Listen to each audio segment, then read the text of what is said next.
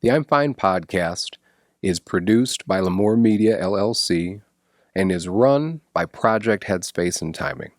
Project Headspace and Timing is a 501c3 that I started in 2017 after a veteran that I was a medic to decided to pull over on the side of the road and end his life. As an organization, Project Headspace and Timing works on veteran advocacy and veteran outreach. What that means is through the advocacy perspective, we try to connect veterans to other resources as early on into the process as possible. What that entails is early contact with veterans, forming a safety net with their family members, friends, and fellow service members, educating them on the resources, and when that veteran is ready to get help, we are there to make sure that they get the help that they need. The outreach aspect is put there to get veterans together to do productive and constructive things, whether it's out in nature, working with other businesses, anything to get them out around other veterans where those good conversations can happen if they want to have them. If you are interested in finding out more information about our organization, please visit projectheadspaceandtiming.org, our Facebook page, Project Headspace and Timing, or our Instagram, which is Project Headspace and Timing. And if you would like to donate to our organization, please visit our website, projectheadspaceandtiming.org, scroll to the bottom, and you will find a link to our Venmo. If you'd like to send us a check, our P.O. Box is P.O. Box 382, Manteno, Illinois, 60950. And if you'd like to sponsor or have any other questions, feel free to reach out to me at Eric P. as in Paul, at projectheadspaceandtiming.org. Thank you. On today's episode of the I'm F.I.N.E Podcast, we are going to talk about peer support groups. We're going to talk about where they started, the pros and cons, and what you can do to find one in your area. And we're going to do that with our friend from Operation Charlie Bravo, Mike Pinkul. Today's sponsor is the Horton Group. Now, we talk about it a lot on this podcast. We're about authentic relationships, and we like to really say what we mean and mean what we say. And we're very happy to have the Horton Group as a sponsor. At the Horton Group, people are at the center of everything that they do and have been since 1971, which means they get it. You're not searching for an insurance broker. You're looking for a partner, one who actually does care and promises to always have your back versus just putting some policy in place. The Horton Group has you covered, whether it's business insurance, personal insurance, life insurance, or employee benefits, they have you covered. The Horton Group, leading clients to a higher level of performance. Please check them out at www.thehortongroup.com. Welcome to the I'm F.I.N.E Podcast with your freaked out, insecure, neurotic, and emotional hosts, Eric Peterson and Brad Stozick.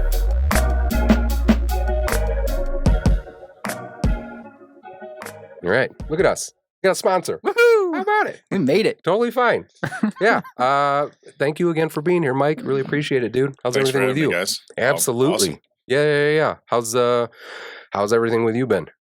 Getting better. Yeah? Slowly. Yeah. That's good. What's been making it better?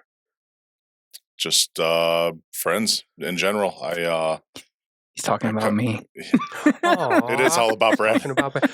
Right before we started, we also had to explain to Jake why Marines can't read. And I appreciate that he asked us that because it's a great question. And I think sometimes it warrants explaining. And I like that he brought it up that way because, Mike was in the Army and Brad was in the Marines. I was in the Army National Guard. And so, there's a lot of shit talking that goes on between the branches, which is very much like a familial shit talking that people don't understand, I think, in that when we're around, we'll talk shit about each other. And then if we go to a bar and then somebody else talks shit to one of us, then all of a sudden everybo's kind of on the same page type of thing. But I liked it because Jake was just like, I got a question. Why can't Marines read? And I was like, I've wanted to know since day one. So, since the very first episode of this podcast, I had to know. Yep. Yeah. I'm glad you asked about that. Yeah. I did a presentation recently with the Illinois National Guard to their chaplains, and I had a bunch of pictures in there, and I told them that I have the pictures in there because sometimes we present to Marines, and I don't want a lot of those big fancy words, like 2-3 syllable type words, you know what I mean? Like fucking whoa. But no, man, I really appreciate you being here today, man. Absolutely. Mike, we've known each other now since, like, when? What do you think? November? Right before Thanksgiving. Yeah. And it's just, you have been, I'm very glad that you're in this area. I'm going to let you obviously talk more about that and how all that came to be. But we're just really happy to have you here, man. Yeah, you know? and I can't say enough good about Project Headspacing Timing and you personally. I appreciate that. You definitely took me out of a really bad place in my life, and I wouldn't be where I'm at right now if it wasn't for you. So I want that to be known. No, man, I appreciate that. And absolutely. With that, why don't you talk a little bit about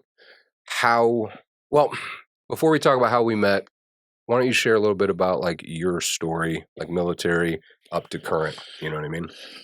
Yeah, I mean, it's pretty simple. I guess however you look at it. I left when I was 18 years old and joined the Army. Went to basic at Fort Leonard Wood. Graduated there. Went to airborne school, Fort Benning. Shipped out to Fort Bragg, where I went on my first deployment in 2004, and that was to Iraq. I kind of traveled all over the country a little bit, mostly in Baghdad, but I bounced around down to like Iskandariyah, a couple other places that were a little more remote. Came back, and I went to the 82nd Airborne Division after that, and I thought I was only going to deploy for 6 months and then make my ETS date. Well, that didn't happen. We ended up getting involuntarily extended, and I did a year over my original enlistment. Oh, in country? In country, yes. So it was 6 months, and it ended up being 18 months? It's, yeah. So I was supposed to be out August of 2008. August of 2007. I didn't get out until August of 2008. You ever think about that when it comes to people at home that are like, man, I had to stay late at work for like 30 minutes. You know what I mean? You're like, motherfucker, I had to stay an extra year in a combat zone. Oh, no. You want to hear a better story about that? Yes, I do. Oh, so we were coming home from Afghanistan, and we stopped, I want to say, I don't know, somewhere in the Middle East. I can't remember what country. Like Qatar or some shit? Or where it was one of those, transition bases, basically. Yep. And we were in the smoking area. This is when I still smoked pretty heavily. And like I said, we did 18 months in country. I was in a ratty-ass uniform that barely had any life left to it. And we were sitting there, and there was this Air Force guy bitching about how he had just gotten back from leave, and he didn't have enough time to, mess around with his girlfriend while he was there. He only got 2 weeks off, and he was pissed that he had to spend another 2 months there. Needless to say, that would have been another kill on my behalf, and my guys let me go. This is on the base in the Middle East where it was like a where guys are, what do you call it, like transient or something like that? You know what I'm saying? So, like Kyrgyzstan, like Manis Air Base. That's what it was. Kyrgyzstan. It was okay. Yeah. Yes. I love Manis Air Base, dude. That's where I learned what a panini was, because I had no idea what a panini was, and I'm like, this is the nicest base I'd ever been to. They had 2 movie theaters. So they did. And do you remember the smoking area with the nice wooden gazebo?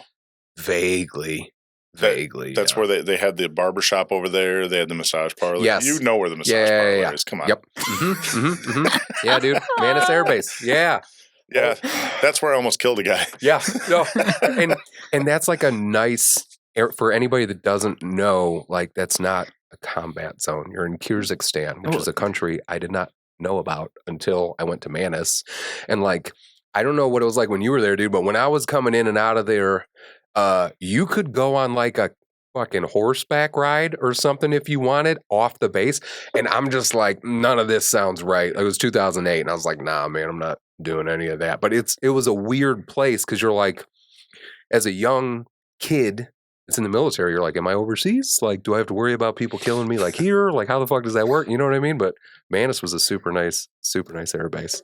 But yeah, so you had an Air Force guy complaining at Manis. Yeah, about how terrible it was. Yeah, absolutely. They had a bar there. I know, and it was a pretty badass bar. Yeah, and they told us. I don't know. Did they have the drink minimum when you were there? They're like 2 beers. They did. Is what they said. The St. Pauli's girl. Yeah. Anyway, but no. So what else? So you deployed when you were younger. How many tours did you do? I ended up doing 2 tours. Okay. Came home, got out of the military in July of 2008. So I had my 30 days of ETS leave, and just sat around and came back here, unfortunately, to the worst place in the United States. I cannot stand the city of Chicago, and now that I'm living in Kankakee again, I don't know how people can live here. Dude, I like every area has its issues, but I hope the one thing that you've seen since you've been here is, while there are plenty of cons, as is anywhere else, there are more pros. Like, there are some good people in this area. There's absolutely. And you see these people that are starting to come together, and I think it's just, especially post-pandemic, it's such a weird world, but it's like you see so many people that are trying to come together and do good things for different demographics of people. And as those groups start getting together, you start seeing real change. And yeah, I agree. There's plenty of frustrations living in the state of Illinois. You know what I mean? Like, it's no surprise that people have been leaving by the thousands due to taxes and other things. But and then the city of Chicago, unfortunately, they've just had so many issues. And Brad and I have talked about this before. Like, dude, I'm a Bears fan, and I can admit that. And I can admit that. I'm comfortable admitting that. But I just feel like that should also speak to my character as a person, that I'm willing to admit that. And I still, we were talking about earlier, I still have my Jay Cutler jersey. I didn't even throw it away. I didn't burn it or anything. So, I mean, like, my heart is here still. You know what I mean? Yeah. But no, I understand the frustration. That brings up another funny story if you'd like to delve into that. About Jay Cutler? No, this would be about Rex Grossman. Sexy Rexy? Sexy Rexy. Yeah, yes. What about Sexy Rexy? So the year that the Bears went to the Super Bowl was the year that we were leaving for Afghanistan, 2006. Yep. Yeah. So I didn't want to pack any of my nice jerseys, like my Walter Payton or, any of the nice stuff that I have. Yep. So I packed a Kmart version of Rex Grossman, and I brought that to Afghanistan with me because it was a tradition. I always had to have my hat and my jersey on whenever the Bears played. Well, I flew into another transition base. I can't think of the name of it to save my life right now, but they had one TV, and it was all the way on the other side of the base at the Chow Hall. Okay, one TV for the whole post. Yeah. They told us that if you weren't permanent party, you weren't going to be able to watch the game. So here I am, underneath my uniform. I have my Rex Grossman jersey on. Yeah. Okay. Yep. Put my uniform on. Go to the Chow Hall. I got there 3 hours before the game started. Now, mind you, the time difference and everything like that. The game didn't start till midnight. Right. Over there. So I get comfortable, and I sit right next to the Brigadier General. This is for the Super Bowl? This is for the Super Bowl. Okay, yes. Yeah. So he had his own table, and I was sitting right next to it, and I just reserved this spot, stayed there, took my shirt off, like my ACU top off, and I had my Rex Grossman jersey on, and I was the only Bears fan in this entire Chow Hall, by the way. Everybody, I don't think anybody was a Colts fan. They just knew the Bears, and that was it. I remember this game. So, yeah, there I was. Now, mind you, I'm sitting next to the Brigadier General, the guy who runs this base. Yep. And Devin Hester runs back the opening kickoff. Yep. And here I am standing on a picnic table dancing in a Rex Grossman jersey in front of the Brigadier General. And he's getting a kick out of it. Yep. So we make it about, 7 minutes into the fourth quarter, and the game was just gone. Rex Grossman had dumped everything he can. Yep. Fumbled 6 times, threw 3 interceptions, whatever. Yep. And I was like, all right, fuck this, guys. I'm leaving. Mm-hmm. So I pack my stuff up. I go back to the tent, get back there, and I lay down, and I go right to sleep, pissed off. I curl up in my sleeping bag, and that was it. About 20 minutes later, my whole platoon comes in. They're like, dude, the Bears won the Super Bowl, and you missed it. They won the fucking Super Bowl, and you weren't there. Assholes. And I was like, wait, you guys are fucking with me because I left. There wasn't much time left. There's no way the Bears won. They're like, no, dude, they came back. They won the fucking Super Bowl. Rex Grossman threw 2 touchdowns, won the game. So I go running out of my tent in a pair of underwear. Mind you, I'm on a mountainside in December, so it's like 30 degrees outside at the most. Freezing my ass off. I'm running around. I run up to the first guy that I don't know. I'm like, did you go to the Super Bowl? He goes, yeah. I said, who won the game? And he looks at me, gives me like an off look, like I'm a little dense. Yep. And he's like, the Colts did. And I turn around, my whole platoon's on the fucking ground in tears, laughing their ass off. It's not like you had a phone, you could just look it up. You know what I mean? Like how you had to go to that TV and wait for AFN or whatever the hell it is to like tell you other than asking somebody if they won or not. Yeah. Well, I'm going to tell you right now, I still have not lived that down to this day. Really? I still take hell from my guys about that.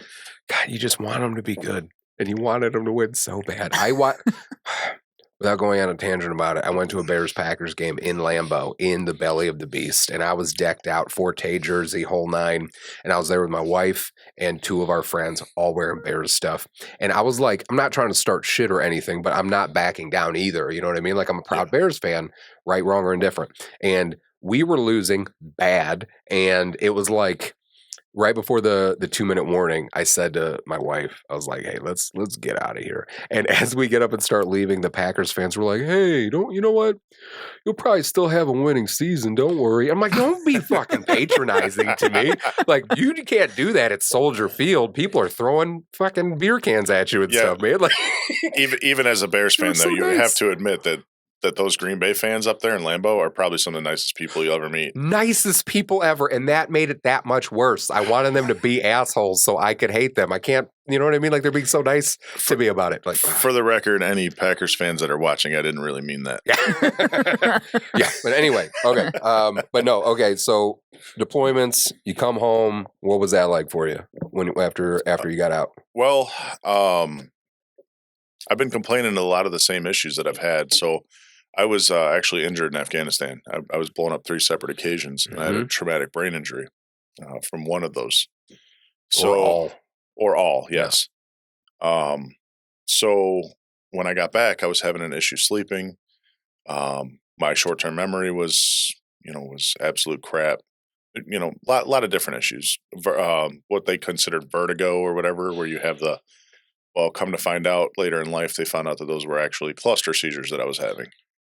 And approximately a year and a half ago, not quite yet, but I had my first ever grand mal seizure and almost died. And that's kind of got me where I am today. Mm-hmm. My soon-to-be ex-wife decided 2 weeks after I had that seizure that she didn't want to be with me any longer. So I tried to stick it out, tried to do the right thing, and I have a young daughter. Ended up leaving my house back in July, moved out this way. My brother lives in Limestone here, so I stayed with him for a short time, and then I found myself a beautiful apartment here in Bradley. Real nice spot, and I've been there ever since. But things have gotten a little worse, at the beginning, and then all of a sudden everything's just, my whole world's like changed completely. I realized that the friends that I've had and all the people that have been there to support me were still there, and then the people that I lost when I was married came right back. Yeah, and that was huge. Yeah. All my Army buddies, my friends that were obviously disrespected by my previous relationship, stuff like that, without question they came back. Yeah.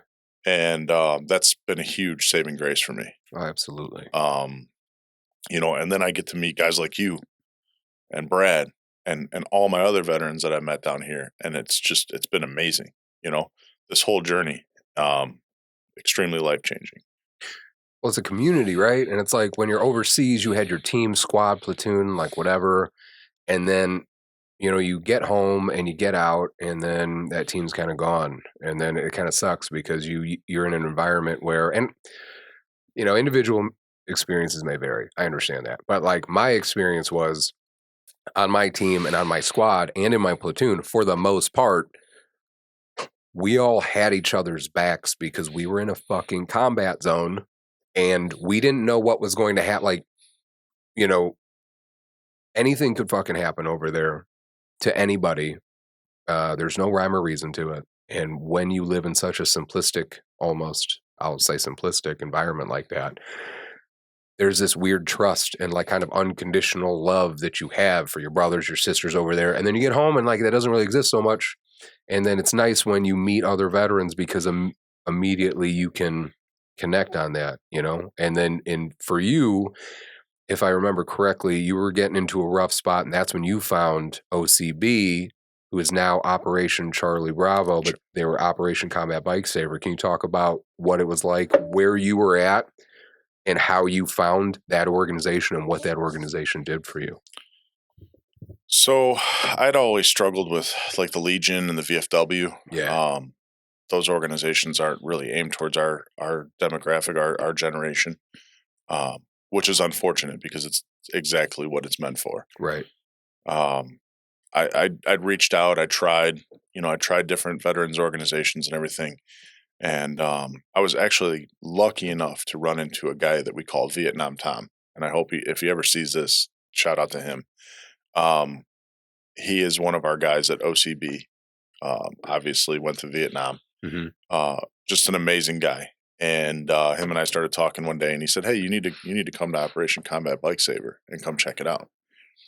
And that was right after Mike Rowe had shown up. So I've been there since probably like 2017, I would say. Mm-hmm. And I walked into the shop, and nobody paid any attention to me. And I was like, "Oh, this is kind of weird, you know?" And then I was like, "You know what? Maybe I got to reach out." And I did. And the second I did, it's like they embraced me, you know, right away. And it's been a brotherhood ever since. Like there's everybody that I've met there is just awesome, you know? Yeah. And I said it like that to kind of bring awareness to the fact that veterans we are pretty closed off people. Right. You know, and if you don't present yourself in some way or, you know, give us a reason to respect you or to like you, then we're not even going to give you that, you know, that respect back. And again, that kind of calls back into what we're talking about in this episode, like peer support. Like peer support's everything. And whether it's like an official peer support group, you walk in that door to OCB and you see these other veterans in there. And I would imagine when you walked in, the reason why they left you alone was because I think that's one of the best things to do, because it's not putting any pressure on you. It's not calling you out and putting you all the attention on you. It's just like, all right, cool. Let's let this dude check shit out, see what he thinks. And when he's ready, we'll fucking be here. Yeah. You know what I mean? Yeah. I love that. And I was approached, obviously, you know, after that and stuff like that. Yeah. I'm not trying to say anything bad. No. But it wasn't overbearing. Yes. It wasn't like one of those places where you walk into and you're like, I don't want to be here. Right. Yeah. You know, right off the bat for me, that created some comfortability, you know, and then I was able to just kind of come out of my shell a little bit. Mm-hmm. You know, you guys have known me for a few months now. You know, I'm not quiet by any means. What? You are not. No. I enjoy running my mouth and saying things I probably shouldn't say. So for me, it was always hard for me to meet people, you know, because you know, if I was to go to a place where what I would consider like a normal person hang out, I wouldn't fit in, you know? Right. So, it just worked out, and they've always embraced me. They've always taken care of me. I've met some of the greatest people that I've met since I've been here, through that organization. Oh yeah. You know, we always check on each other, just like when we were in the military. You know, and I have those guys. I went down for my buddy's 40th birthday down to Tennessee to see him. Yeah. And he was one of my battle buddies in Afghanistan. You know, I love the guy to death. I'd do anything for him. You know, and that's more or less what I found at OCB. That relationship, I don't know how to describe those types of relationships to other people that didn't have that. Because it's like, again, when my mom passed, my battle was that we roomed together in Afghanistan, and it was our first tour together, and like we went through a lot of shit together. And and he lives in St. Louis, and to this day we always try to meet up. We'll meet up every year or so. We give each other so much shit, and whenever we see each other, it's like we saw each other yesterday. Like, it doesn't matter. And it was 2008 when we were over there. You know what I mean? And we still have that relationship, and it's one of the easiest relationships in my life, I would say. And like when my mom died, he called me the night before her wake and funeral, and he was like, "Hey, dude, I was going to surprise you tomorrow, but and he had to like get some information about the event. And he's like, I just want you to know I'm on my way right now." I was like, that's the type, you know what I mean? Yeah. And I was like, dude, that made me I started crying when he told me that, because I was dealing with all this shit from my mom already. But it's like, that's the type, you know, those types of relationships that you have where people could live so far away, Tennessee, where the fuck ever. But it's like, when you throw out the bat signal, like, they come running. Oh, absolutely. You know what I mean? And that is just one of the most beautiful things about relationships, I think, that is with people that you'd served with. But anyway, so OCB, they changed recently. They were Operation Combat Bikesaver, but now they're Operation Charlie Bravo because they have a lot of programs, right? And yes. So what can you tell us about some of those programs that they have going on? So one specifically we have here in Kankakee, you guys know very well, is Lima Charlie. Yes. That's our peer support group. Yes. The best way I like to describe that is, Jason Zademan, the founder of OCB, kind of created his own recipe on how to run a peer support group and kind of how to direct I guess what you would consider counseling. I hate to call it counseling because that's not, but he kind of created this ideal, and that's what we follow. And, nobody in there is a licensed professional. We're all veterans. We've all seen very similar things. And, we like to focus on, obviously, if somebody's going through something, we really try to put it out there and try to step up for them and be the best that we can be for them. But then again, if nobody's going through anything, we kind of like to maintain that. Yeah. Through banter and, and bullshit and stories. And, so the best part for me is that it creates that camaraderie again. And it gives us a reason to serve each other again and be battle buddies and, and stuff like that and reach out and create that relationship that we need. Yep.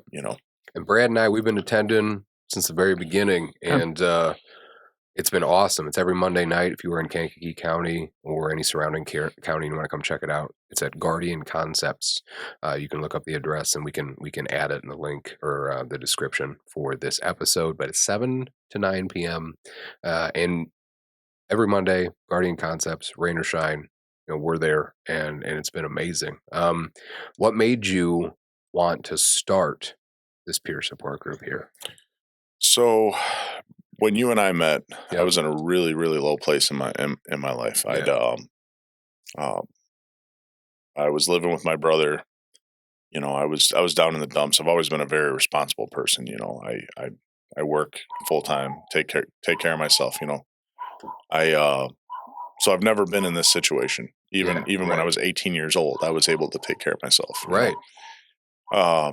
So dealing with everything that I was dealing with on top of, all that stress and, I'm having issues with my daughter now, her mother's done a number on her. So I was in a really low place. And the one thing that always, brought me back was going to shop days at OCB on Sunday. Yeah. And they started this Lima Charlie peer support group out there on Thursday nights. Well, we're an hour from Crown Point, Indiana now. Right. So it's impossible for me to get there. So before I met you, I had talked to Jason about maybe bringing one out this way. Mm-hmm. And then funny story how you and I met. I showed up to Steam Hollow in Mantino. Yep. And I went to your booth, Project Headspace and Timing booth, and I was asking some questions. And actually, Ashley was there, your wife. Okay, yeah. And I think she knew something was up. Like she knew I was upset or something. And she goes, "Hey, you see that guy with the black hair standing over there?" I said, "Yeah." She goes, "That's Eric. Go over there and talk to him. He runs this." She didn't even tell me she was your wife or anything like that. Yeah. I wouldn't admit that either. But, I married up. It's an according to Jim situation. Like I'm Jim Belushi or John Belushi or whichever Belushi was in according to Jim, and she's my hot wife. I've made peace with it. But anyway, yeah. So yeah, she pointed me out. Yeah, she pointed you out. I think she was a little ashamed, but she did. Yeah. I don't blame her. But no, meet my wife then. I make up for it with my personality, guys. And my charming wit. Talking about married down. You'll have a conversation with my wife. Yeah. Yeah. That poor woman. Well, let's not get into that. Yeah. So that's when I came over and you and I started talking and you obviously knew there was something going on with me, and you talked to me for an hour and I walked out of there with a whole different perspective. And that's when I brought that concept to you and thought, because I obviously didn't want to come out here and step on Project Headspace and Timing's toes. No, Yeah. You guys are a great organization. I definitely wanted to partner with you guys, and I really appreciate all the help and support that you guys gave me because we got this up and running the next Monday. Mm-hmm. And we had our first meeting with 5 guys, and now we're about 15 strong. And it's at least 15. Like, it rotates because everybody's got, fucking schedules and shit with their kids and stuff, which I get. But yeah, absolutely. And we also have female veterans too. I want that to be known. Everybody's welcome 100%. I definitely don't want to single out just the male, like the male group of veterans. Like, everybody's welcome. We definitely want any veteran to come in and accept our help or help us, because we've had guys come in and, they brought a whole different perspective to the whole meeting and changed the whole tempo. And, that helps out big time. Yeah. And it's been awesome. And like that hour that we talked, like the whole thing about it was, and I told you before, like, I don't feel like I said anything crazy. I just, like, you were a veteran. I saw that you were going through some shit, and I let you know, like, yo, dude, like, you have a community here. You got the brotherhood, sisterhood, everything that you had over there, like, it's here too. And we got your back. We love you unconditionally. No fucking judgment. Whatever you need, like, you got it. And like, the whole stepping on toes thing was like, there's an old adage that's like, if you want to go fast, go alone. If you want to go far, go together. And it's like, yeah, you bring another organization in this area, why wouldn't we be a fan of it? Like, there's no veteran organization that like has like what do you want to call it? Like, that owns this fucking territory. Like, everybody's working together and doing their own shit. And the thing about it is that other groups had come to me about doing peer support groups. But the thing of it was, a lot of them were either not veterans themselves, or they're coming from it from very much the professional perspective, which I totally agree. There's a time and a place for that. Like the more opportunities and groups that exist for veterans and assistance for veterans, great. We need all of them. But based on the veterans that I was dealing with our organization, that didn't seem like the right fit for me. And I met you, and I knew that your heart was in the right place. And I knew what you wanted to do and why you wanted to do it. And I knew you were working through your own stuff too. And that's why, in my opinion, I thought you were the best person to run it, because you were dealing with your own shit too. And you reached out. You were willing to be vulnerable enough to talk to me, a fucking stranger at the time, about what you had going on in your life in that fucking bar. And so I knew that you would be the best person to run a group that would encourage other veterans to come in. And it's been awesome, just because, before we get into it, the things that I appreciate the most about that group is it's a place where you can share what you feel free of judgment with everybody. Yeah. And like, it's understood, that what you say in there stays in there. Yeah, absolutely. Shoot your mouth off about whatever you want to shoot your mouth off about. Because when we're overseas, shit is happening in people's lives back home. Got a Dear John letter, got this happen, that happened. And we're dealing with these very real conversations in a combat zone. And we're open and we're able to talk about whatever we need to talk about. Because if I was your team leader, you were my team leader, if we have a mission to go on, I need you to be operating fucking here. And so whatever it is you got to get out, let's hash all that stuff out as best as we can, because I want you to be able to be at as close to 100% mission ready as possible when we roll out, right? Absolutely. And so, yeah, it's just been awesome having this group here. And Brad, what's been your opinion about? Because you've come with me to Lima Charlie too, and I think you've gotten some benefits from it. Yeah. Oh, I love it. Yeah, I love it. It's a social outing, and it's just also important. Yeah, and just being around other veterans, dude. I absolutely love it. Yeah. Well. So let's get into a little bit about the nuts and bolts of peer support groups. I want to talk about the history of peer support groups and where they actually came from and started. So this is according to ColoradoMentalWellness.org. Research suggests that peer support originated 18th century France, didn't really receive widespread attention until 19th and 20th centuries. Many survivors of the psychiatric system wrote pamphlets, established advocacy programs, and tried to bring their stories and experiences to the public. However, it wasn't really until the 1970s, in the wake of the civil rights movement, that these stories actually managed to break through to the public opinion, and survivors of psychiatric abuse started to be able to find each other. In the 70s, patients were released from state institutions that were closing due to lack of funding, with zero community support. Many communities didn't want them in their neighborhoods. There's so much stigma around mental health, behavioral health. Ex-patients were all considered like dangerous, unstable members of society. And that's where the peer movement began.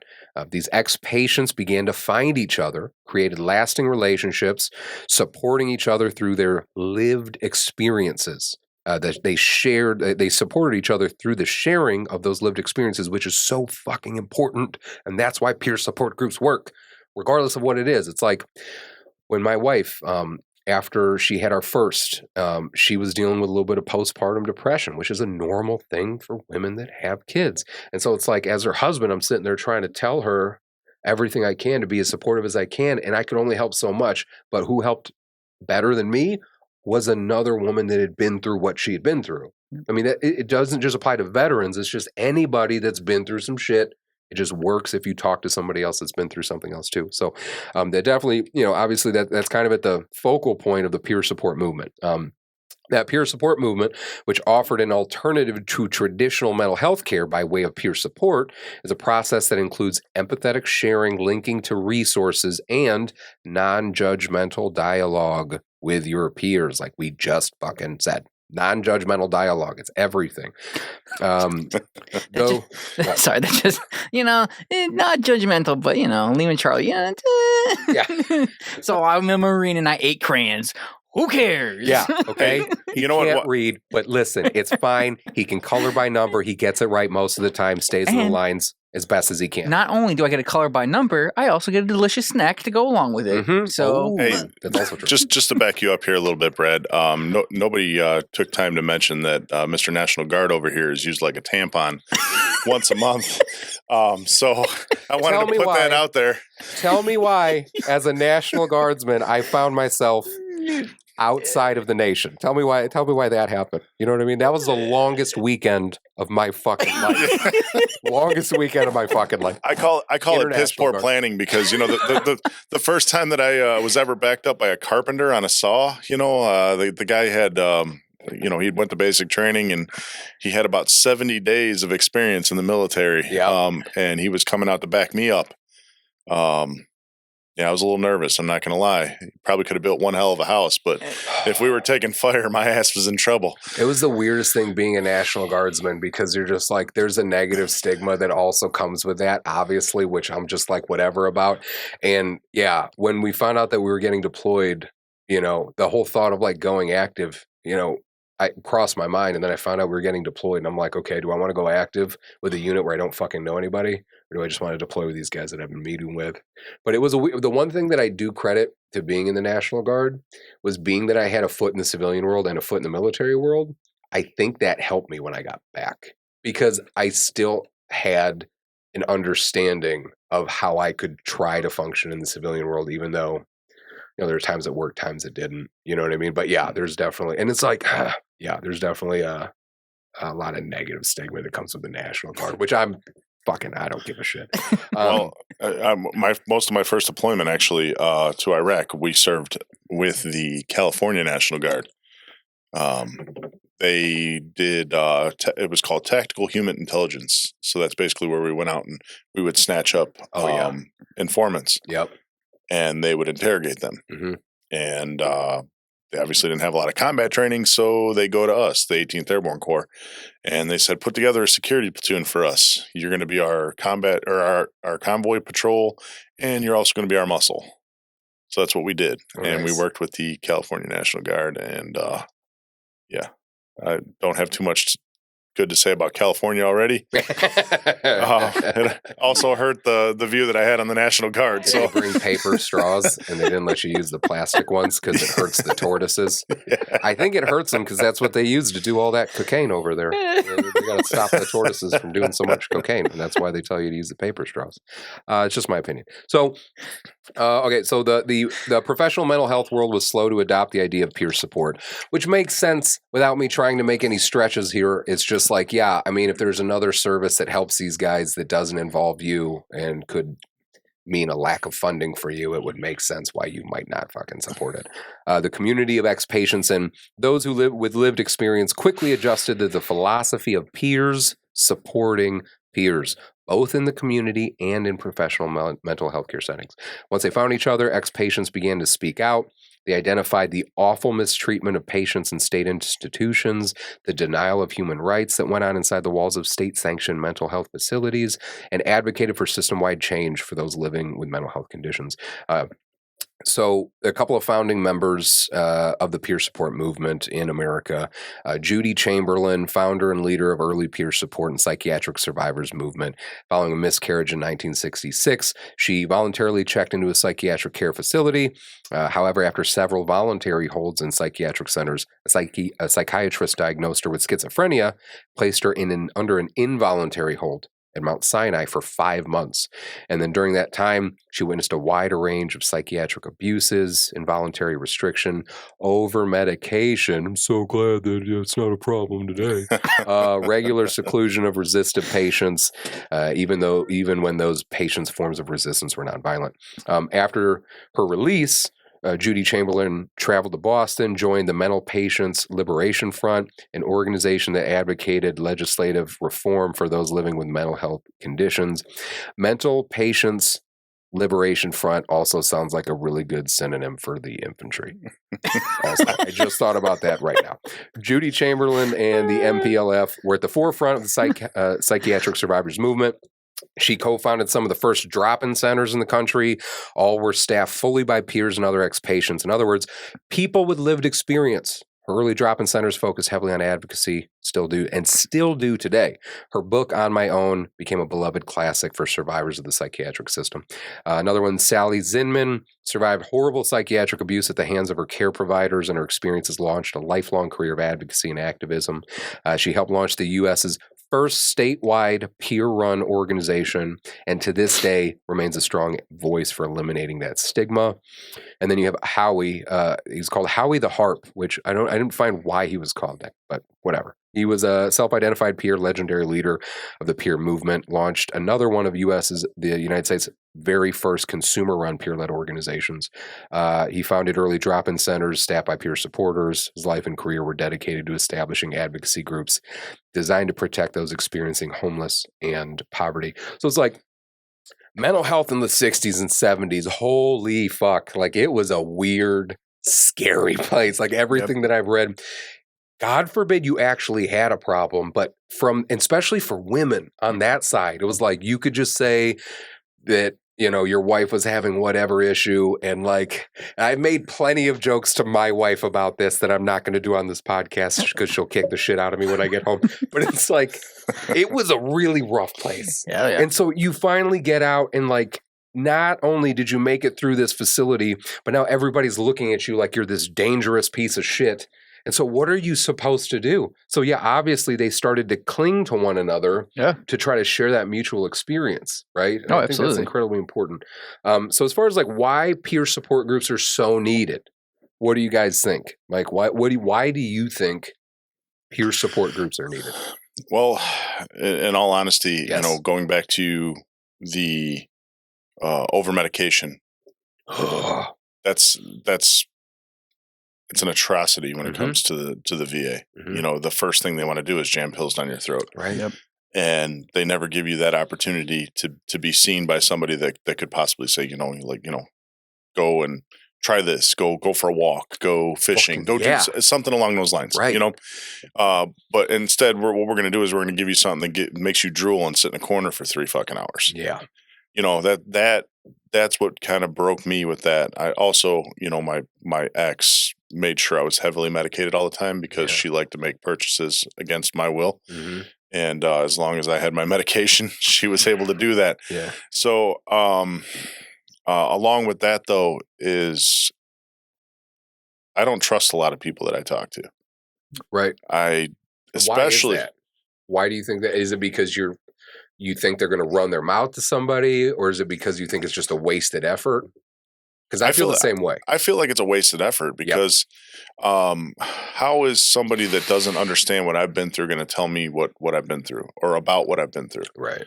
How are they going to explain to me how I can go out and fix my mental state after the shit that I've been through when they read a few books and said, oh, we know exactly what to do. Right. And I had a couple instances with the VA where I got up and walked out. Yeah.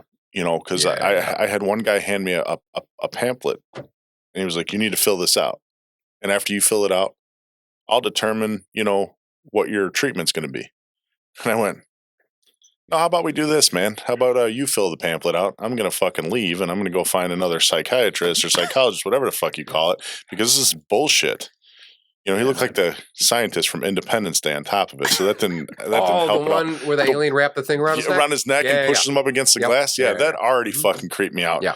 But on top of that, the guy had no interest in speaking to me to see what I wanted to do or how I wanted to move forward. And then they also created this cognitive therapy bullshit. I don't know if you guys have ever been a part of that cognitive therapy. Yeah. I think it's the biggest waste of fucking time. What about it was a waste of time for you?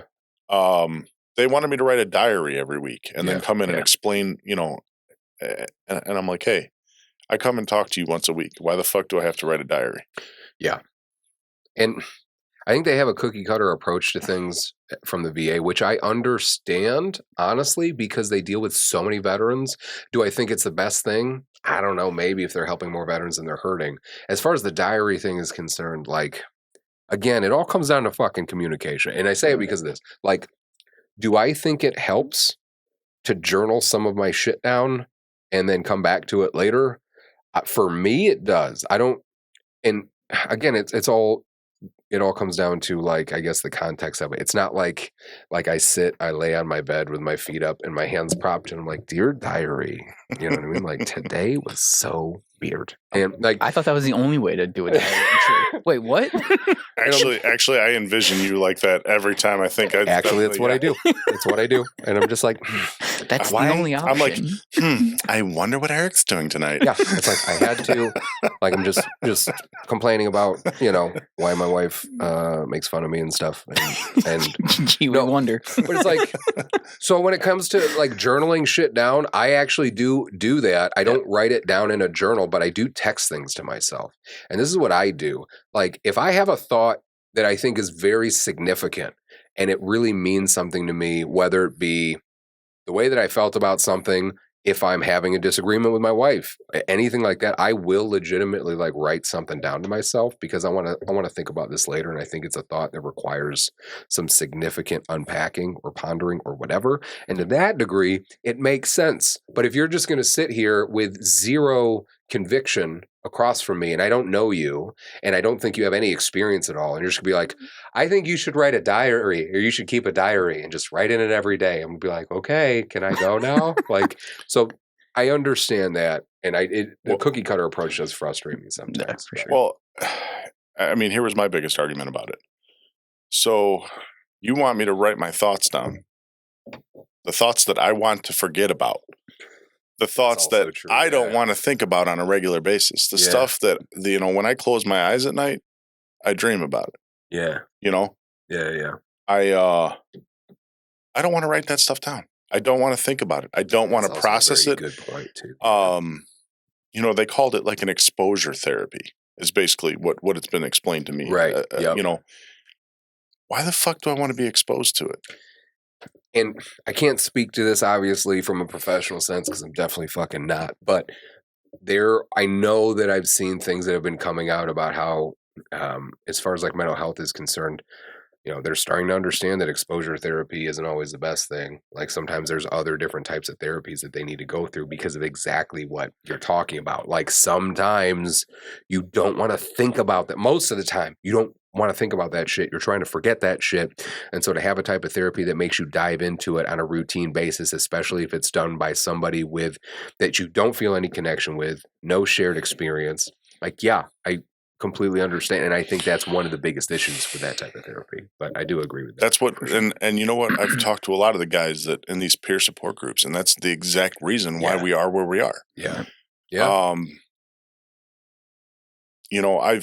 I've been lucky enough to have the exposure to these programs. I know a lot of veterans that haven't. I've lost a couple of friends to suicide since I've been home. Yeah.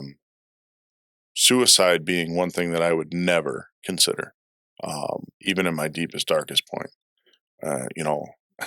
I hate to admit it, homicide once in a while. I have self-control, obviously. I got troubled by the VA because they asked me about that once. They're like, have you ever thought about hurting anybody else? And I was like, listen. Okay, this was after the pandemic. Like, you've never thought about hurting anybody? Go fuck yourself. Like, somebody's never cut you off in traffic, and you're like, I hope they get hit by a cement truck in 5 minutes. Like, you've never, you know what I mean? And when I said that, it was my neurologist, I think. He looked at me with this disgusted face. I'm like, what the fuck ever, man? I think that's a bullshit question. But anyway, yeah. So before I came here, I was watching the Cubs game. Yeah. I'm a huge Cubs fan. Yes. Good. I do love my Cubbies. Yep. And they had Patrick Wisdom mic'd up. Mm-hmm. And I was thinking about this podcast before I came here. And I thought, man, if I was mic'd up, even for a day, my ass would be in 10 seconds. Because the shit that comes out of my mouth, I don't have a restrictor as it is. It gets tough at times. But yeah, my ass would be locked away in no time. There'd be a paddy wagon following me around. Well, the fact that you just admitted you were a Cubs fan too, you deserve to be locked up. Yes, no. Fuck you. What? Love the Cubs. All about the Cubs too. Jesus. But just to put it out there, the White Sox did lose 17-5 last night, so that was a great game. First of all, it was 16-6. Second of all, watch your fucking tone. Sorry, man. I'll give you the extra point. Second of all, it's early. All right, we'll figure it out. Man. It's like I said, dude. Well, when we were talking, what was it last night? I was like, when I was a Cubs, I've been a Cubs fan. The reason why I was a Cubs fan was because I grew up hanging out with my grandparents, and they were always watching the Cubs, and so I was always watching the Cubs, and that's just why I've been to plenty of Sox games because you get a discount if you're a veteran. I can't remember if you're active or veteran. Actually, on home games, they bring a lot of the homeless people in from the South Side, so the way it looks like they have fans. Oh, that's why they do that. I've noticed that because I work on the South Side of Chicago a lot. Yeah, during Sox games, there's no homeless people asking for money because they're all at the game.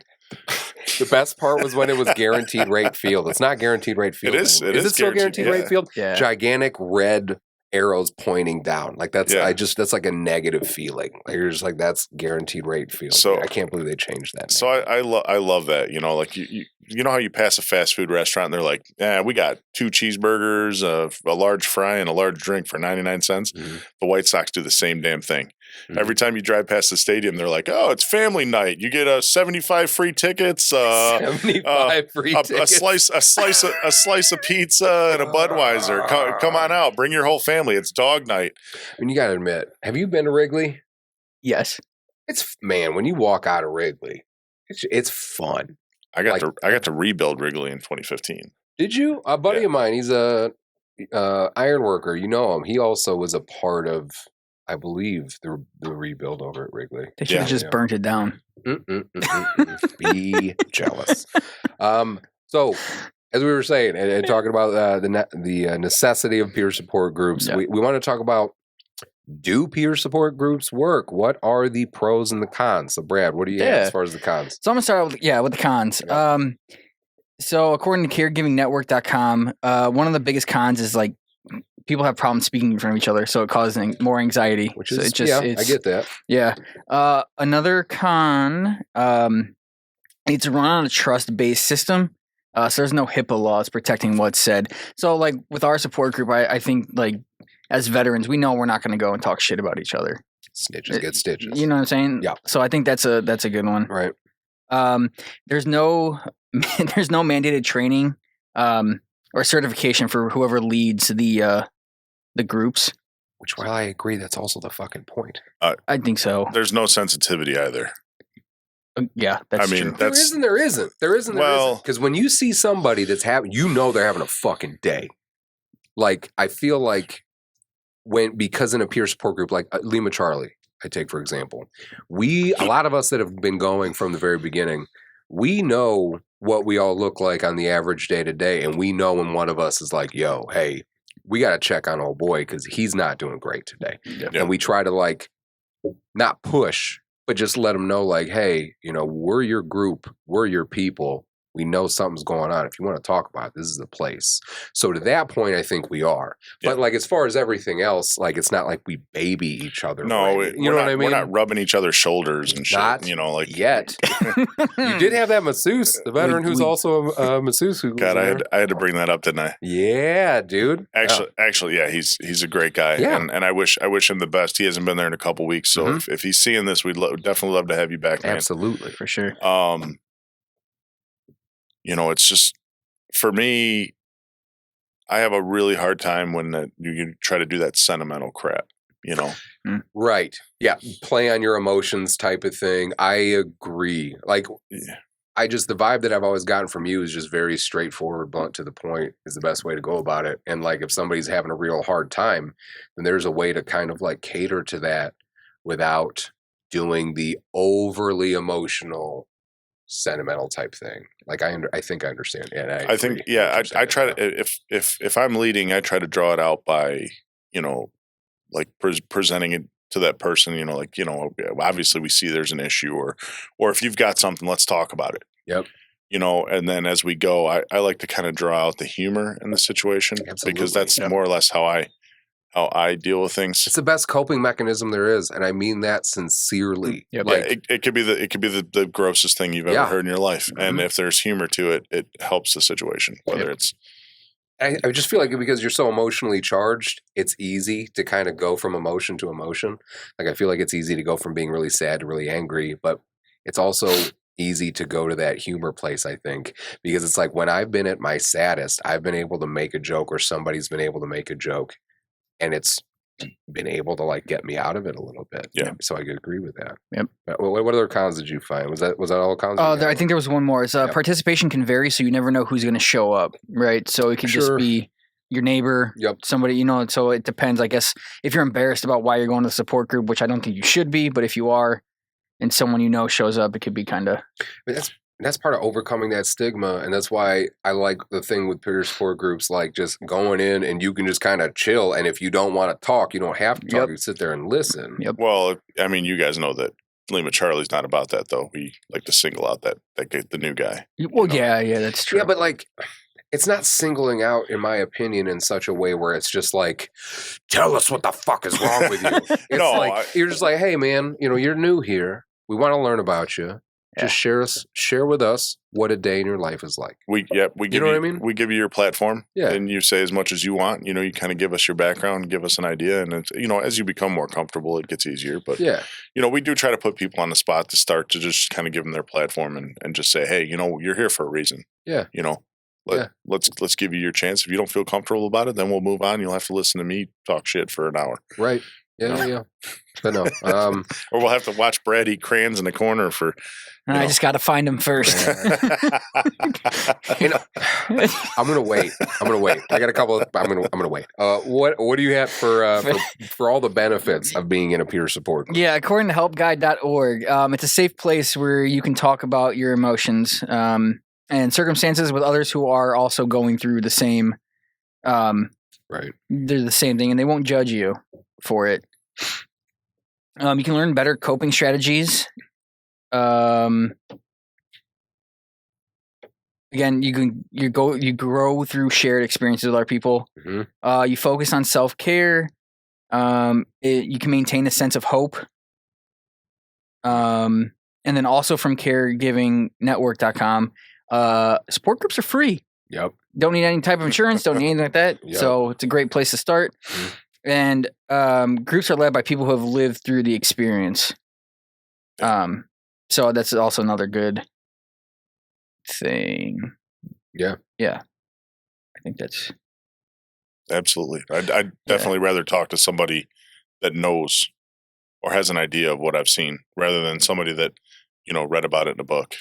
Not only that, but the learning better coping strategies. I also like that one a lot because, again, pulling back from like my experience with Lima Charlie, I started going to Lima Charlie fucking right after my mom died.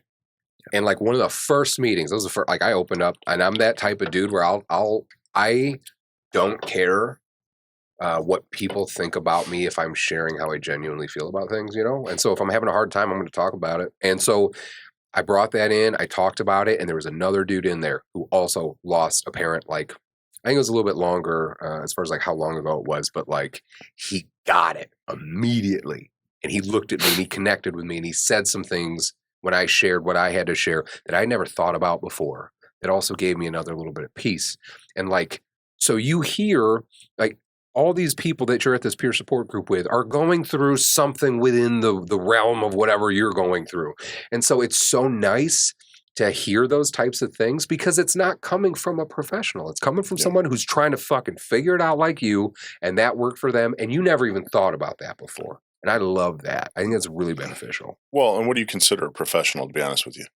I think maybe just college educated with a degree and working in that field. Well, what I would say. One thing I like to say is, what do you call a guy that got a C in medical school?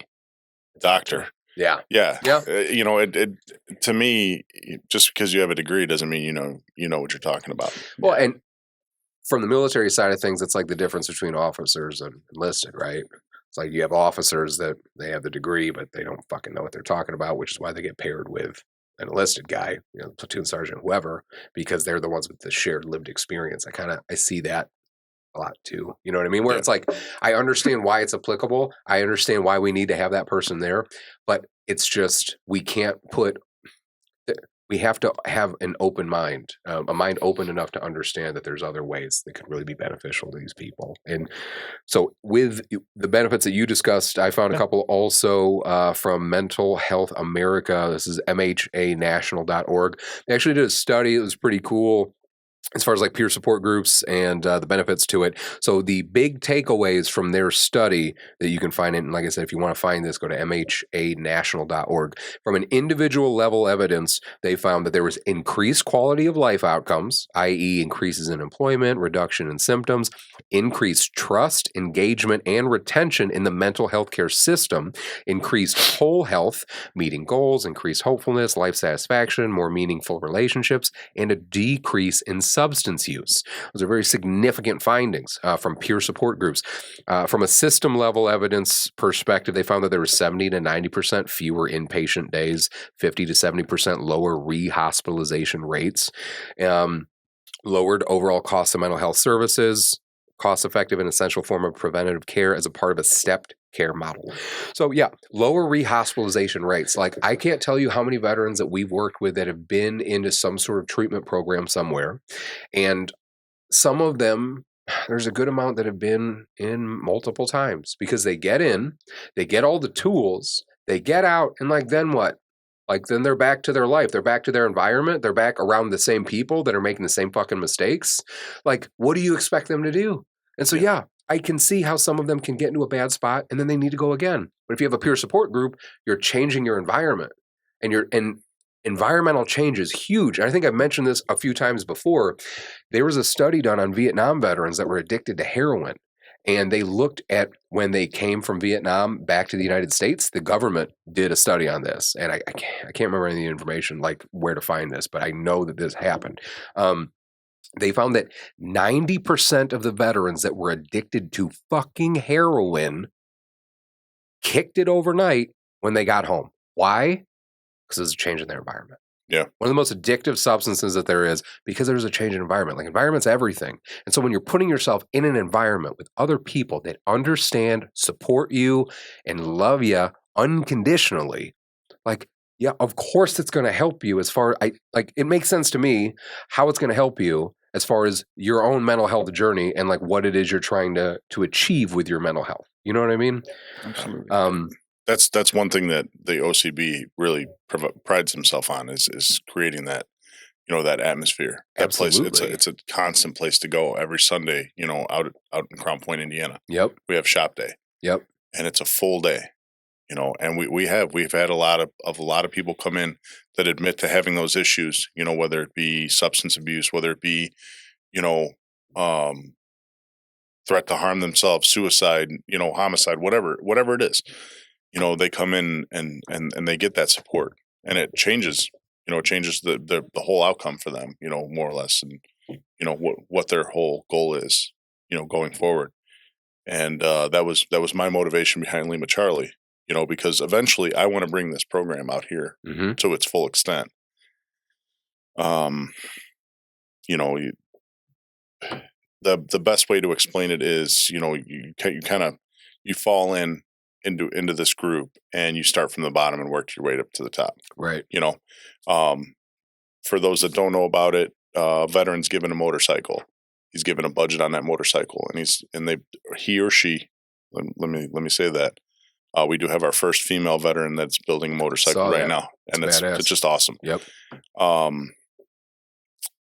And everybody in the shop is there to help. And, it doesn't matter if you have any experience working on motorcycles or not. Even if you're just there, we have places you can go sit down, hang out. We have music therapy. We have all kinds of other stuff. So there's so many different programs. We're actually trying to start the FAT program here in Kankakee. Mm-hmm. And the FAT program being just a fitness and training program. Hopefully we'll have that up and going here pretty soon. I'm still working on that. And thanks to Eric over here, Eric did most of the muscle work and got us set up with the YMCA. So hopefully we can have that in motion here pretty soon. Just creating any routine things that are constructive and productive uses of a veteran's time. I'm always going to be a fan of. And you asked me about that. I'm that's great. Getting veterans together to work out, that's huge. You know what I mean? And so many veterans that I know that I've spoken with, they want that physical, they want to be able to do that work again. They want to be able to do something, but they might be hindered by an injury, something else. And now they're at this place where they don't know if they want to go to the gym. So to be, again, surrounded by some other like-minded folks, just an evolved form of a peer support group, right? But you're doing something fucking constructive. You're lifting weights. Just finding a purpose. Yeah. Even. Yep. Building a motorcycle. Yep. You're doing something around other people that get it. Yep. It creates a purpose, and it gives that person the opportunity to kind of adjust to a whole different lifestyle. Yep. I love that. But now, so as far as peer support groups, there are some different types. Brad, what did you find? We've got in-person and virtual, right? So Help Guide kind of broke down a couple. There's, healthguide.org. There's mutual support groups, which is basically just your normal support group. You just go in. Someone leads it who has experience. Yep. There's the 12-step self-help programs, which is typically for your AA or drug addiction or trying to quit an addiction. And then you have your online support groups, which is useful when it comes to when the support you're looking for is not very common. So for my example, visually impaired community, very small. Yeah. People who lost their vision later in life, who weren't born blind, even smaller. Right. So I reached out to a lot of support groups, on Facebook, and just looking for someone who was in the same boat as me. Did you find it? I did. Yeah, I've met a couple of really cool dudes. I've never met them in person, but we text and stuff like that, and it pretty awesome people. And was that helpful for you? It was, because I thought I was okay, nobody gets it. Nobody has any freaking clue what I'm going through. They have no idea. And because, a lot of people when my accident happened, they're like, oh, I feel so bad. I understand. No, you fucking don't. Right. You don't get it. You have no idea. It's you're not looking for pity either. Yeah, exactly. Yeah. Right. Yeah. So at least with that group, I was able to, meet people who did have, one of the guys I met, he was, LA County SWAT team, and just lost his vision. And now he's a dispatch, and he just, sometimes you just need to talk to somebody that got through it to know it's fucking possible. Yeah. Also. And initially I used to kind of, talk a little bit of shit about a virtual support group, but it made sense when you told me that. It was well, what if it's such a small group of people that you can't just fucking go somewhere? You know what I mean? And to be able to have a virtual support group like that has its space for sure too. Yeah, that definitely made sense. Absolutely. So a couple of questions. If you are thinking about joining a peer support group, here's some questions that you should probably ask before joining. Now, support groups definitely vary in how they're organized and led. Before joining a support group, ask some of these questions. One, is the group designed for people with a specific medical condition or a certain stage of disease? Also, does this group meet for a set period of time, or does it continue indefinitely? I think that's an important one. I like knowing that a group's going to meet for a certain point of time. a certain amount of time. That's why I like Lima Charlie. It's something you can schedule. It's routine every Monday, 7 to 9. Got it. You know what I mean? Where does the group meet? At what times and how often does the group meet? Is there a facilitator or a moderator? Has the facilitator undergone training? Is a mental health expert involved with the group? What are the guidelines for confidentiality? That's an important one that you should probably ask, right? Like, it's important to know how confidential it's going to be so I know if I can share what I want to share. Yep. Are there established ground rules for group participation? Also like that one. What's a typical meeting like? Is it free? And if not, what are the fees? You definitely want to ask some questions before you get involved into something just to know what you're getting into. Some red flags that might indicate a problematic support group include the promise of a sure cure for your disease or condition. Like, yeah, for fucking sure. If anybody's like, we're going to take care of everything. You're going to sit down with us and everything's going to be okay. I feel like those are the ones that cost money to join. The second red flag, high fees to attend the group. So yeah, I would agree with you on that. And then pressure to purchase products or services. Like, yeah, no shit. Like, it's a peer support group. It's crazy how simple it is. Yeah. If you need to find a support group, check out, talk to your doctor, talk to your clinic, talk to the hospital that you go to. There's probably going to be information there about any of these support groups that you're looking for. So that'd be a good place to start.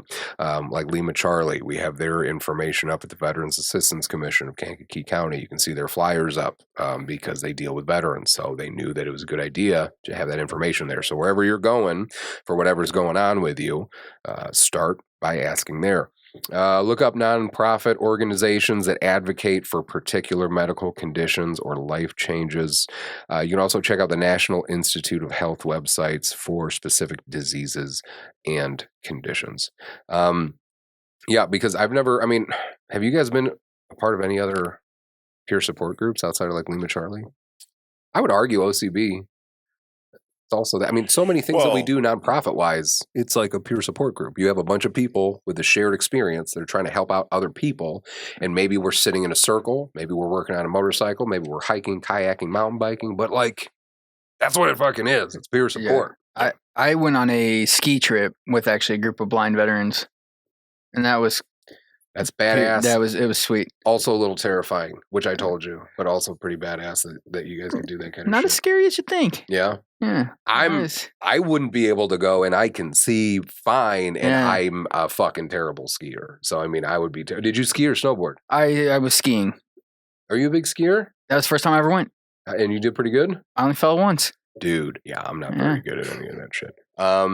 No, so other than that, I don't know. I don't know what else you guys have to say about peer support groups other than I think it's just something that should be more socially acceptable, should be more discussed, more freely discussed.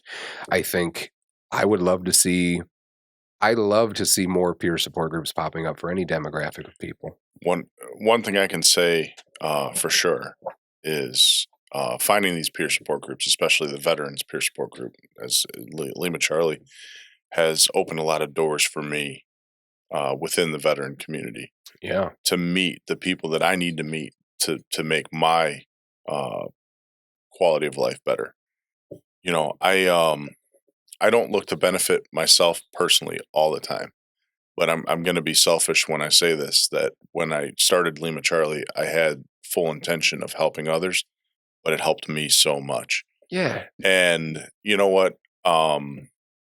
I've met so many great people.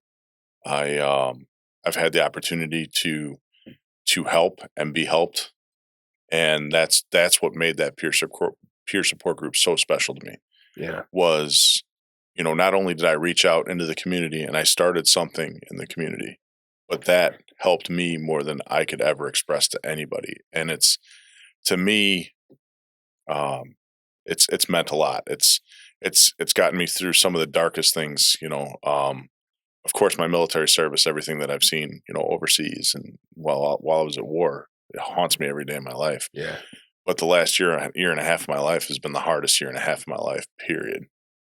And if it wasn't for you guys, if it wasn't for all these veterans, these guys that I see, and the ones that have opened their lives up to me in some way, I wouldn't be sitting here in front of you, the man that I am today. So And confidentiality is very important. So leaving out, obviously, all details. To see, like, some younger veterans come in, and you can tell they got some shit on their mind. They've never been in there before. And they're just, like, bursting at the seams. You can tell that they're bursting at the seams to fucking talk about their problems. Yeah. Because whatever their life is, whatever they're going through, whatever they're doing the other 22 hours of the day, they don't feel like they get to share what they're really thinking. And they walk in those doors and you're like, oh, this dude's got some shit to share. And then how many times has somebody come in and then their first time coming in, they had like a very emotional thing to share with everybody, and they just hit us, and they didn't fucking know us at all, and they felt comfortable enough that they could say what was really on their minds. They knew that we weren't going to judge them for it. And like, sometimes people cry, sometimes people get really mad and they want to yell, they want to scream, like whatever. But it's like those types of things, you see those types of things and you know that, man, I'm so glad that we have this for that person. Because otherwise, where were you going to go with that energy? Yeah. Where were you going to go with those feelings? And to have these people that now, like this, when you have a good peer support group, you'll find that you have people that just, like, this is also a place for them to go. Because, like, there's some veterans that they don't have a lot of other opportunities. Maybe they're limited by transportation or whatever. But they always make a point to find a way to come to that support group because that's their social place. That's where they can come and talk to other people. And then getting to know everybody and their quirks and all this other stuff without getting into it. We have one dude who's an older veteran and he just says ridiculous shit sometimes. And I feel like I've made a point to say multiple times, like, we need to stop and just write down the shit that he says. Yes. Older veteran, not a Vietnam veteran. One of the best things that I've ever heard him say was he said, if you got 1 foot in the future and 1 foot in the past, you're pissing on your present. He said that when he was giving advice to like one of the younger guys that came in. And I remember I was just like, yo, we gotta stop. We gotta stop really quick. I want to address what the fuck he just said, because that's amazing. Like, he just imparted this Mr. Miyagi type wisdom. And it's cool to get to know these other guys and gals, just understand that, to hear the stories that some of them bring to the table when you are in a place where you think that nobody understands what you're going through, because you forget, you get out, you get home, and then you get in this weird place of isolation and you don't think anybody fucking understands you. And then you sit down at a peer support group and somebody sitting over there that looks like they have everything together or whatever opens their mouth and shares a story that makes your jaw hit the fucking floor. And you're just like, oh, other people do get it. This fucking person gets it. You know, now I can share what I'm thinking because I know I'm in the right place. And you know what? I can't tell you how many times I've had people come up to me, even before I started this one here in Lima Charlie, even when we were just doing it at OCB. You know, they come up and like, man, I didn't know what to expect. Yeah. And walking out of here, I feel comfortable. I feel, you know, like everything that I expected, it was the opposite. I wasn't uncomfortable, you know. Everything was great. Yeah. So, you know, that for me is comforting to know that somebody can walk in there being stressed out, uncomfortable, and then walk out, you know, like, wow, that really helped. Oh yeah. Especially when the conversations go on beyond the listed time it's supposed to end. Well, and that's the thing about Lima Charlie, you know, we don't have a stop time. We say 7 to 9, right? But we stay until everybody's taken care of, until everybody's ready to go home. And you know, thanks to Guardian Concepts for opening their doors to us. Absolutely, John Abercamp. Yeah, he's absolutely great, awesome guy. You know, little story about them. You know, when I was talking to you that night, I turned. And we were talking to John, and I said, you know, I just got to find a facility. And without missing a beat, John said, you can use my place. And he didn't even think, you know, just came out of his mouth. I know other people are like that. I know other communities are like that. But that's still one thing that I love about the fucking veteran community. Yeah. Is it's just like, oh, you're a veteran. What do you need? Here you go. Yeah. You got it. Yep. You know what I mean? Love that. And that's the type of person that John is. Yeah, absolutely. You know what I mean? But if people want to find out information about OCB, about Lima Charlie, where do they go? We got to go to our website. Yep.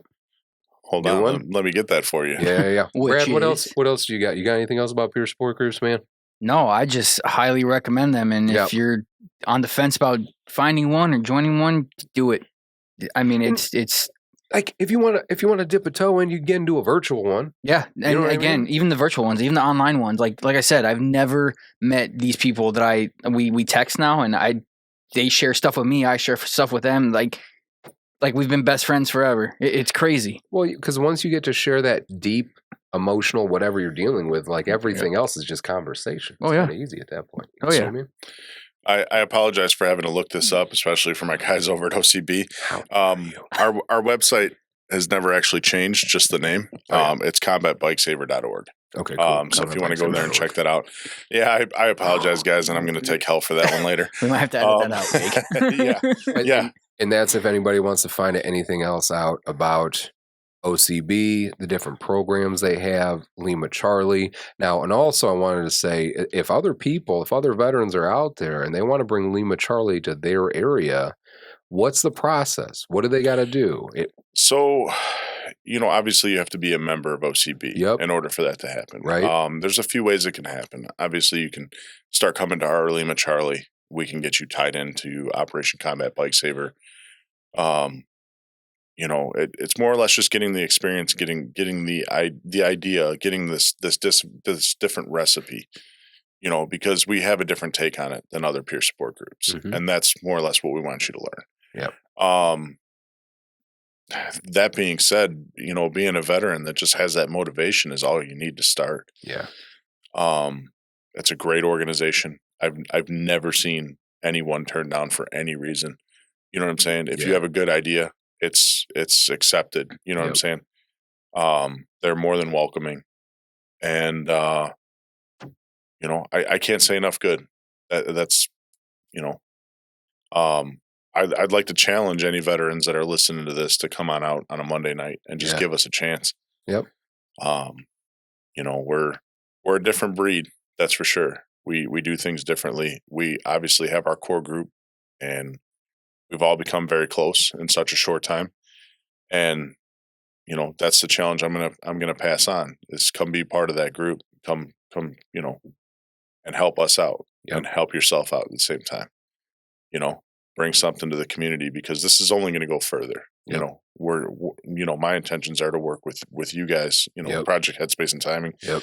Bring this forward and create something huge out of this, for the veteran community in this area, especially. It's important, just I think from an organizational perspective, and you and I have talked about this, is like just showing a unified front. It's like, hey, we're a bunch of organizations that do different things for veterans. We just want to help veterans. So we're all in this together. Like, what do you need? What do you want to do? Do you want to go hiking? Okay, go over here. Do you want to build a motorcycle? Go over here. Do you want to get a service dog? Go over here. Like, we all got to kind of be together on that, because there's so many different pieces that need to be addressed. Yep. And it's too, in my opinion, it's impossible for one organization, one person, one whatever to take them all on.